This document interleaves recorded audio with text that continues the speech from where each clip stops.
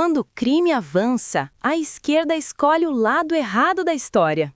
A deputada Benedita da Silva foi levar apoio às famílias dos mortos, mas esqueceu dos policiais que tombaram em serviço. E o mais curioso, no governo dela, a letalidade policial foi o dobro da atual. Como lembrou o cientista político Fernando Schiller, essa é a contradição clássica.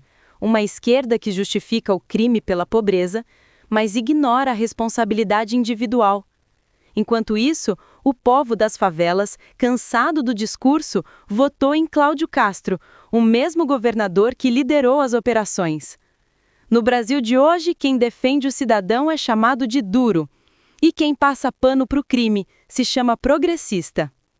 Assista agora a um corte da Band News, onde o cientista político Fernando Schiller fala sobre o assunto, depois da vinheta.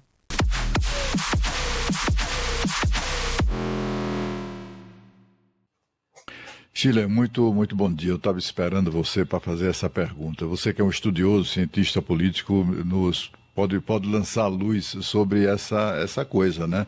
Que é a dificuldade da esquerda, de uma maneira geral, de lidar com essa questão do crime organizado, né? Não que me surpreendam, ou não que tenham sido, para mim, surpreendentes a falta, o boicote do governo federal a esse combate, né? E também esse bate-cabeças, todo mundo torcendo para que, na esquerda, para que fossem verificadas vítimas inocentes entre os mortos, mas não havia. Só eram bandidos os mortos, para além dos 4 policiais, né? Querendo, de alguma maneira, todo mundo ali tentando se aproveitar politicamente do episódio. Enfim, por que isso? Por que a esquerda vive flertando com o crime? A gente assistiu ontem, né, como você bem se referiu, a visita de ministras do governo, deputada Benedita, cujo governo, aliás, matou mais pessoas, a polícia matou o dobro. Estão dizendo que o governo atual do Rio de Janeiro é muito letal, né? A polícia matou metade do que foi dos mortos no governo da Benedita da Silva. Mas aí eles vão lá, eles passaram longe, nem sequer cogitaram ir no velório dos policiais.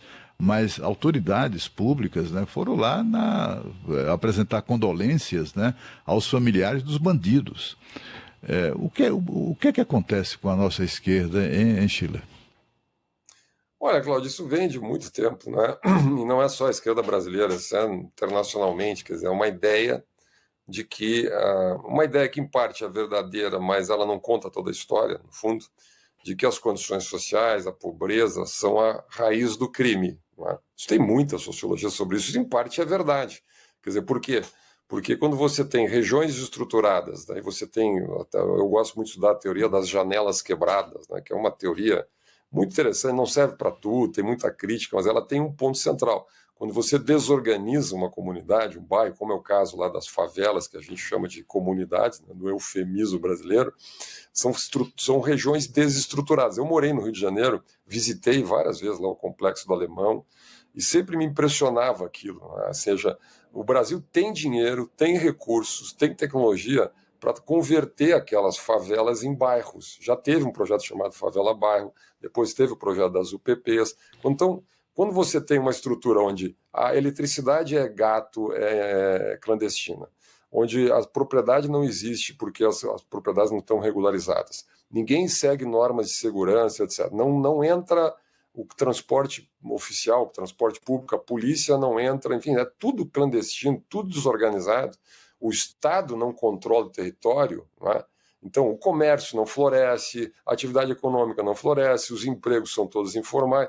Então, óbvio que isso gera um ambiente vulnerável ao crime e que acaba atraindo jovens para o crime, né? O que mais me chamou a atenção foram depoimentos de mães nos últimos, então, várias. Olha, eu recebi dezenas de depoimentos de mães dizendo o seguinte, com os filhos, os filhos foram presos, que não morreram, ou outros até que morreram, aí o depoimento de familiares dizendo, olha, você não era vítima da sociedade, você foi vítima das suas escolhas, você teve a chance, mesmo que uma chance precária, de estudar numa escola, de ter uma família, de ter o conselho dos pais, mas o crime foi mais atrativo. Você escolheu, num certo momento, ir para o crime. Então, a minha impressão, assim, a esquerda tende a desmerecer, esse é o ponto, desmerecer a escolha individual, a autonomia individual, a chance que cada um tem de dizer não, dizer sim, ou seja, escolher o seu próprio caminho, e supervalorizar os condicionantes sociais. Né? Então, por isso que eu digo, tem uma meia-verdade nisso. É óbvio que as condições desestruturadas, não é? É óbvio que uma família desestruturada ou uma comunidade desestruturada gera um ambiente propício para o crime, mas não determina. Porque se você disser que determina, você está tirando exatamente o princípio da autonomia, da independência, da liberdade individual, da responsabilidade individual, o que também não é correto. Não é? Então, no fundo, é isso. Quer dizer, a minha impressão, quer dizer, que o problema das favelas hoje no Rio de Janeiro, dessas comunidades, é um problema nacional, não é um problema do Rio de Janeiro. É um problema nacional. Sobra dinheiro no Brasil. Quando a gente critica aqui a gastança brasileira, a captura de dinheiro público, o desperdício brasileiro, é exatamente para dizer isso. Esses recursos deveriam ser utilizados para fazer uma reocupação, uma conversão daquelas comunidades, uma integração daquelas regiões do Rio de Janeiro. Rapidamente, eu verifiquei ontem uma coisa curiosa. O governador Cláudio Castro foi majoritariamente votado, foi a escolha majoritária dos moradores dessas duas favelas, do Complexo do Alemão e do Morro da Penha, que foram objeto aí dessa operação policial. Ali o povo não vota no partido dos ministros que estiveram lá, né? Nem endossam esse discurso, enfim, da esquerda, etc. Muito pelo contrário, votou no governador conservador que acabou empreendendo aí essa guerra. Não, vamos sintetizar, né? A prioridade do ministro Lewandowski, até antes dessa situação toda, é o pena justa, né?